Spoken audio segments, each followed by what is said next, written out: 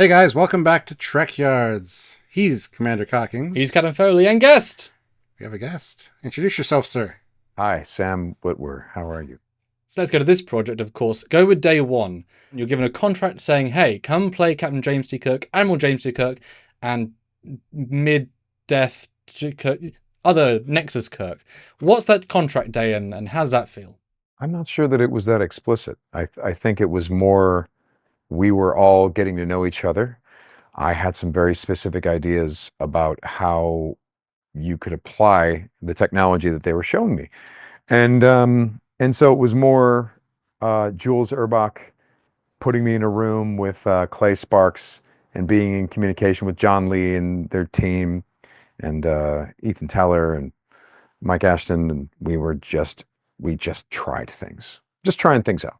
I mean, mission objectives like, hey, let's just sit there and think, see what the camera picks up when you're thinking with the digital prosthetics and stuff like that. And those tests, the things we came up with to try to do, were thrilling. You know, I would be doing some sort of scene or something like that, and I'd work my tongue around in my mouth, and it would all read, and you'd go, "Whoa, okay, what else can we do?"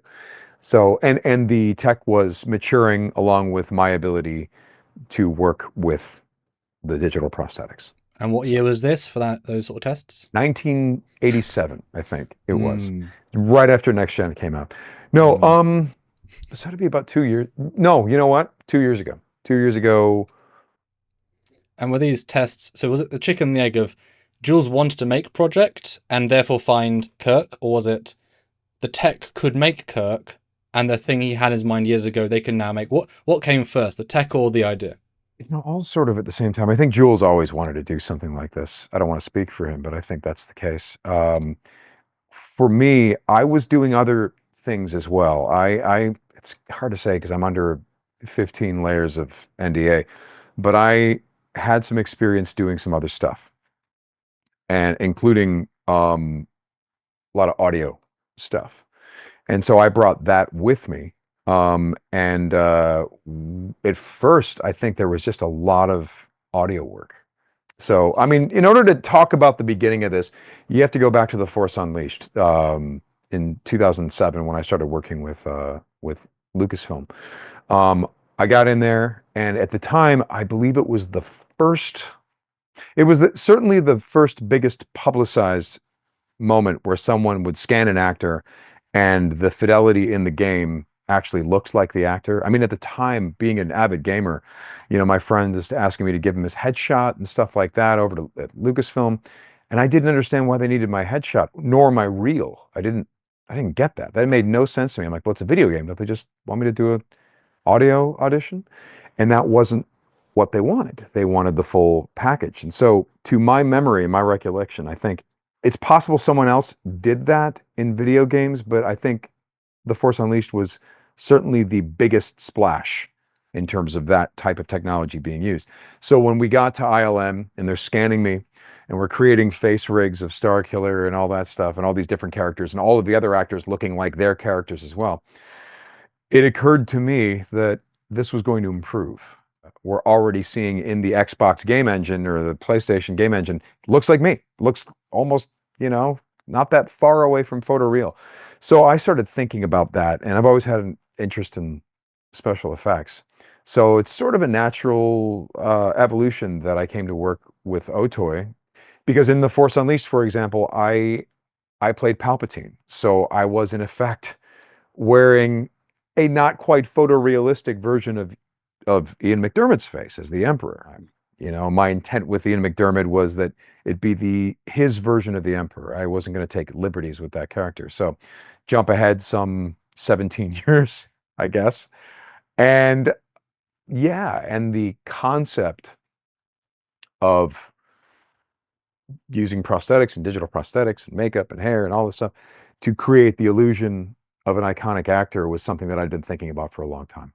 And to a certain extent, so many actors have been doing this in video games for forever. It's just, it hasn't been quite photorealistic yet, you know? You know, the lovely thing about Otoy and Jules Urbach, I remember I got the job to work on this other project, the one before Otoy, because I made a comment to someone that I felt like their work was great, but I could tell that it was treated as a technical process rather than an actor process. So when I brought that up, I was asked, well, how would you fix that? I'm like, well, put an actor in editorial, put an actor to oversee how this all comes together. And they did that. They actually hired me and put me in editorial and kind of put me in charge of a pipeline. It was really, really a very different experience for an actor. But I was applying what I know about acting to that job. So when I went over to Otoy, what I thought was fascinating was that Jules didn't take much convincing, because, you know, they were already working on digital prosthetics. You could see that they were already creating Spock, and there was a great appetite to have those versions, the archival, original pop culture icon versions of these characters. That was what he wanted. And what was cool about Jules is that I didn't have to convince him how important an actor is in that process, because he just drew a straight line from, I love William Shatner. Why do I love William Shatner? Oh, for all these other reasons, but also his performances, his talent, his ability to tell a story with his tools, his face, his voice, his body, all that stuff. Him as an actor, him as an artist is what interests Jules. So when I said, hey, it's very important to have the actor, he's like, yeah, I know. He was very on board.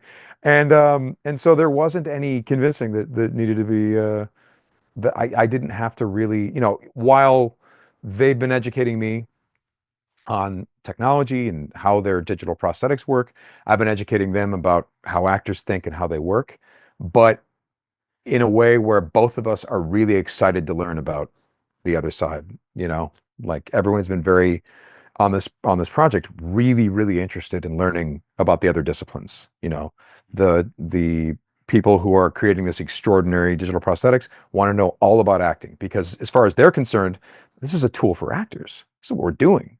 And there's so many other applications for this technology than just to, you know, recreate an iconic character. You could use it for all kinds of different things.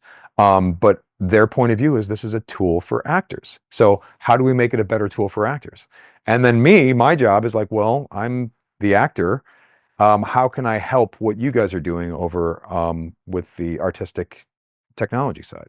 So it's been a really fascinating process. You know, one of the things that we did, which was so educational, is you know, we did these interviews with Mr. Shatner, and so the idea was, okay, now learn the interview like it's a piece of music. And oh, he moves his hand here, and then he does this with his hands, and then he leans in, and then he does this. And I just watched his interview over and over and over again, learned every inflection. And then the fun of it was transposing it to different ages and reinterpreting how he might have said those words with the same mannerisms, the same inflections, but at 35 years old or at 45 years old, you know? So we actually put me in the same type of clothing that he was wearing, on the same chair, under the same conditions, lit in the same way, so that we could experiment with becoming Mr. Shatner. And because, you know, the whole thing is, it's, you know, I'm not playing Captain Kirk so much as I'm playing William Shatner playing Captain Kirk. And on that note, I'd like to thank you for joining us today and talking about this. I'm sure the fans out there appreciate it. If they do, they should hit the like button, comment down below. Until next time, he's Commander Cockings. He's Captain Foley and guest. He's Dan Whitwer, hi. He's Captain Kirk. He's Captain Kirk. I'm right. You know, I'm Captain Kirk. Yeah, I don't know if they have the courage to declare that. I'm Sam Whitwer. I'm going to stay with that. Right. See you next time, guys.